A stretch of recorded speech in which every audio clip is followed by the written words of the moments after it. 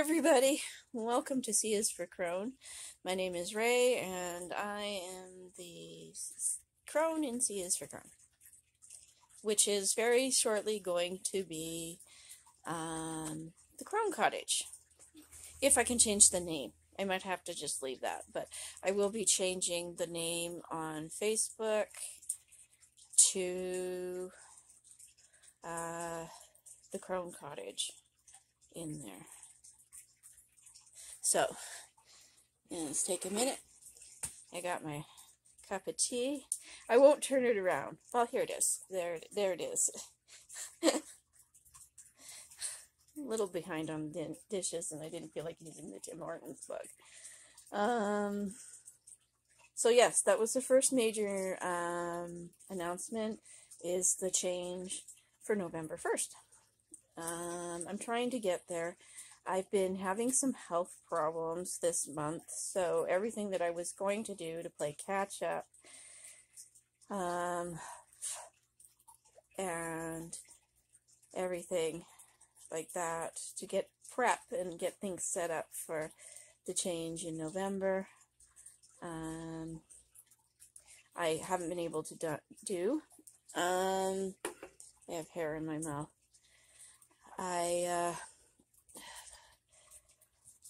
So that's been kind of funny. Monkey, who's gotten quite big now that he's almost 6 months old. Yeah, for sure. His full name is Monkey One Kenobi.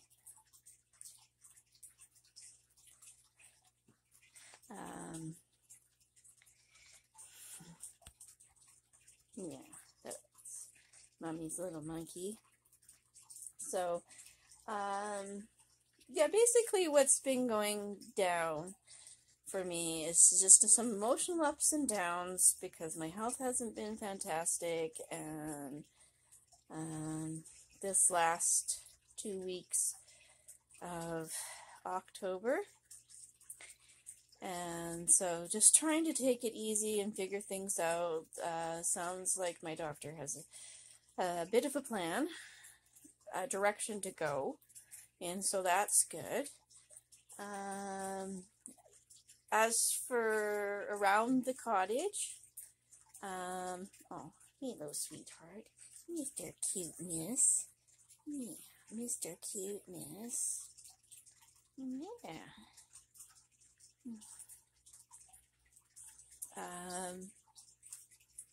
Is just prep for winter. I'm behind on some things, but definitely okay with other things. Turns out I have a mole problem. Well, I believe it's a mole. Everybody's in agreement that it looks like I have a mole. So, looked it up. Moles are not hibernators. So I will continue doing what I've been doing. I have a bit of a mess because the cats got into the garden, so I gotta go clean that up. Bad kitties. But because I moved them on that side,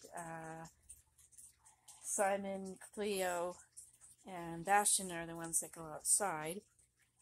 And because if you put the predator in the yard where the mole is, potentially the mole stays out of your garden. So some sacrifices there. Yeah, because it uprooted my sunflowers and stuff. And it did kill stuff. Not because it was eating, but because... Aha, no fuss. But because it was digging in the dirt. So as far as that goes, we'll be dealing with the mole in sort of a cooperative. You stay under my shed and out of my garden. I can deal with you digging holes in my yard and eating my slugs. You can have all the slugs you want. Maybe I'll call him Doug. Call the mole Doug. So it's Doug and the slugs. Let's see.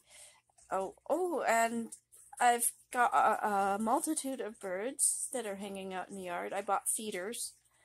So it's not just aluminum pie pans. I probably didn't even show that I had aluminum pie pans out to put bird food in. But with winter coming, I want the small seed and stuff to definitely be covered so the snow doesn't get in. And cuddle buddy. And yes, my living room's a mess again. But I'm rearranging things. So that's progress. I'm moving forward with that. So on the bird front, what I've got in the yard, it looks like finches of some sort in the front. I forgot to mention on Facebook, yeah, that I get chickadees in my front yard, which is bonus. My favorite bird. But I get little finchies in the front.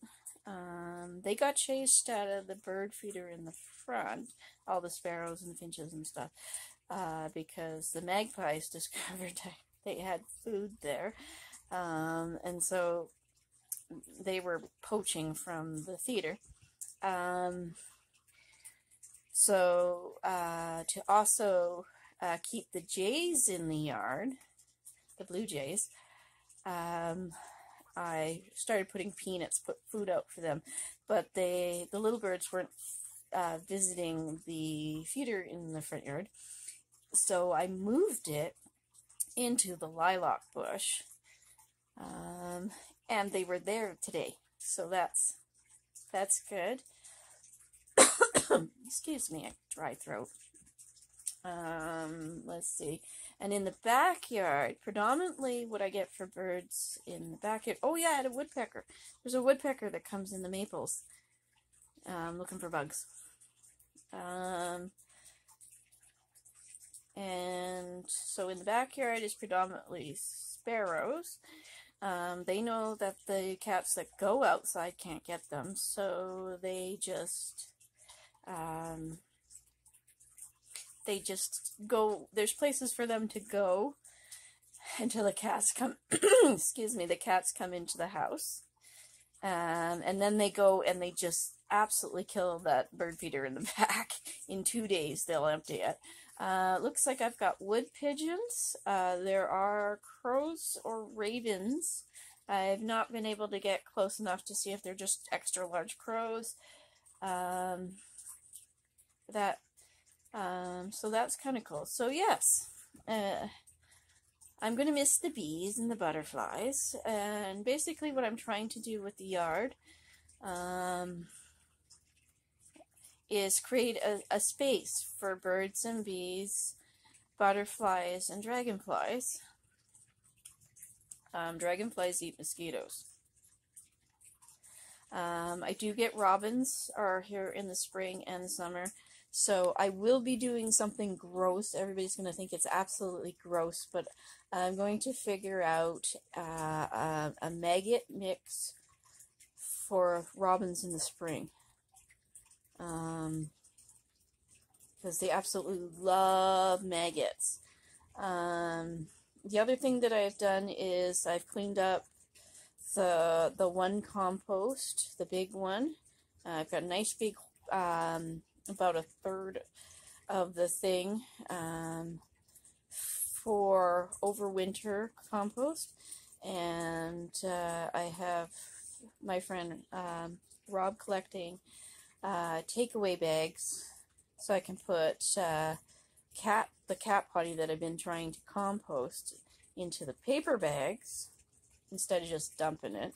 And I use lunch bags for the food stuff in the kitchen, and all that stuff's going to get dumped in there. And I've bought I think it's aspen bedding to throw in on top of that, so once spring hits I don't end up with the worst of the worst of grossness in stench back in the backyard.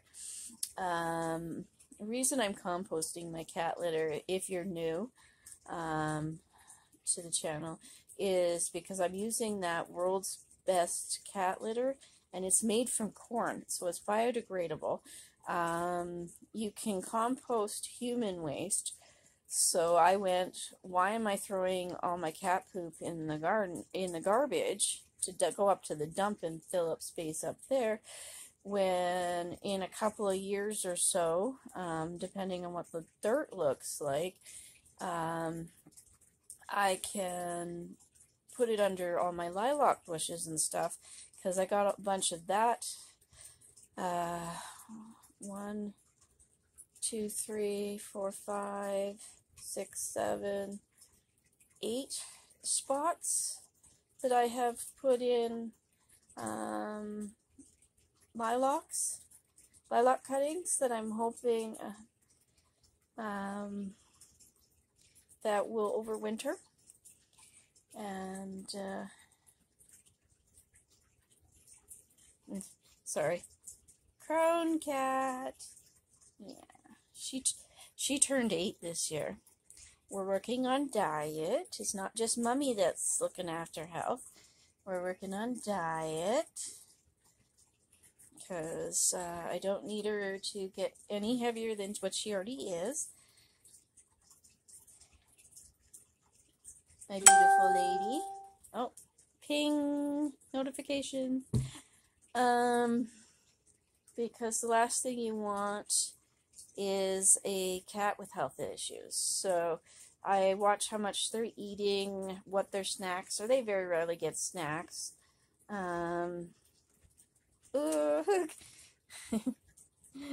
Yes, got a new setup for right there.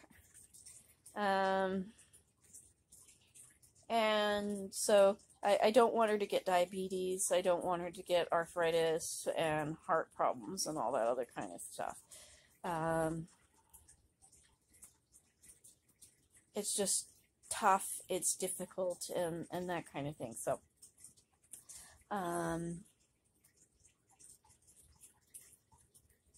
yes, doing stuff. And there are some changes here. I've got an empty spot because I did sell the truck. It went to a very good home. And hopefully I can get together some, the books. I've been ordering books. So I want to kind of get that together and share with you what books that I bought. Because I've decided I'm really going to try and fill in holes of important books for me. And things. So, what can you expect for the changes? I keep talking about changes. So, it's not just a name change. It's a feeling change. So, there'll be some hiccups and some bumps, I believe, as I continue to figure out what the flow of the channel is going to be. But I think I want to, because it's the Crone Cottage, is focus on my sort of cottage life. And I can call this a cottage because technically, just because they put a basement underneath it, the upstairs is a loft space. There are places in it, even at me at 5'3", I can't go all the way to the outside wall. The outside wall is only about like maybe 2 feet tall, about 2 feet. So it's just, it's the roof is the walls. So,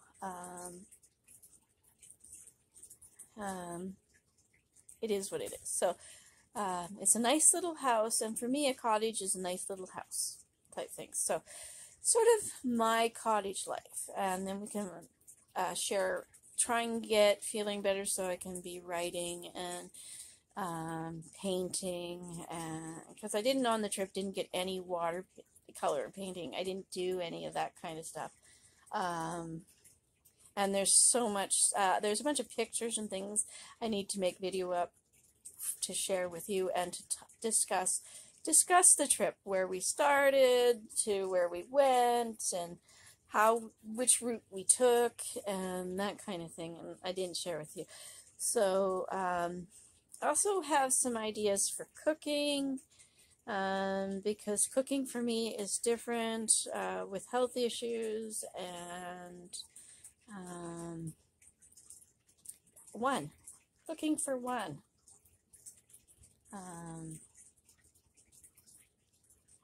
And so, yeah, just life around here. What's going on here? You know, my thoughts on things. I'm still dealing with grief and that kind of thing. So I'm at 15.5 minutes. I'd like to wrap this up and keep it on the short side. So one of the things that we will continue doing is doing the blessings. So what a blessing. I guess the birds this morning, that my plan with the birds, I'm grateful for that. I'm grateful that I'm in a position to sit back and focus on my health and deal with things. So I'm really grateful for that. That makes things simpler. And as always, I'm grateful for the Furtastic 5. Yeah, it's not the Furtastic 4 anymore, it's the Furtastic 5. And I'm grateful for the friends and family who have been absolutely supportive and things like that in my life. One more was I'm grateful for, honey on toast and that first cup of tea of the day. That's what I'm grateful for. 5 things that make me happy. Kitty cuddles, watching birds. My new dishes. Because it's not just spoons. My new spoons. I love those spoons. Absolutely open the drawer and it's like I smile when I see them.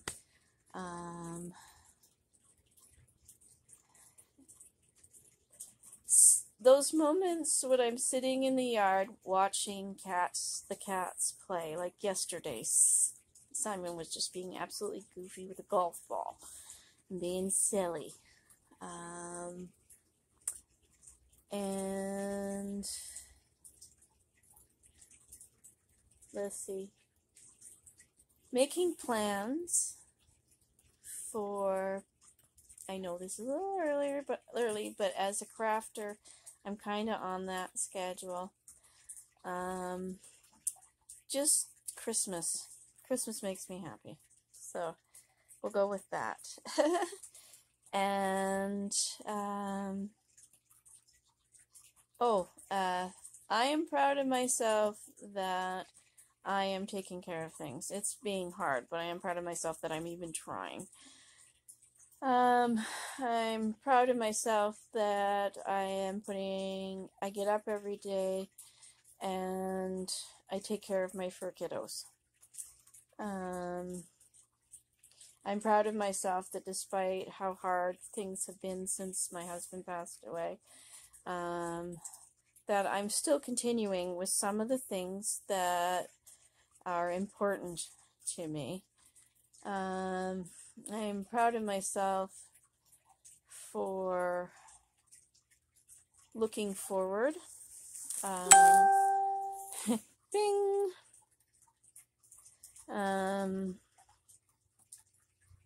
And I'm proud of myself for taking care of me. That there's a post around Facebook that, where they talk about being available 24/7. Just stop over and have a cup of coffee. The water's always on for a cup of tea. The door's open for conversation. And I have had to be honest, and I comment on there because I think it's important, because we have a tendency to do this where we say these things and we want to do these things for our friends and family and for people out there. But I think sometimes in our lives we're just not in that place. and I haven't been. And I think the best thing that you can do for yourself is be honest, and be honest to the people around you that say, I'm sorry, but I just can't be there for you right now. I just can't. And I think that's a really good place to start with the self-care, is to understand what you can and cannot do in the moment. So, because it is okay to sit there and, you know, it's going to be hard if something bad happens, but I think it is okay to sit there and say, I can't be here for you right now. You know, I think we do stretch ourselves too thin. Kirk, my late husband, was bad for that, being there for everybody except himself. And then it got so bad when he was sick, he was still trying to be there for people that he couldn't be there for me. And then he definitely wasn't there for himself. So, sometimes taking a step back means that you can turn around and be there for people in unexpected ways and better ways. So, anyways, 21 minutes in. Thank you to all my subscribers that I have. I think it's 55, might be 56. I appreciate all of you and your patience. I really am hoping to get this channel going the way I wanted to from the first days of doing it. Excuse me. And yeah, it sounds like, I think I need more tea. And because you're totally appreciated. So, peace, love, and happiness. And I hope that your Halloween is a good one.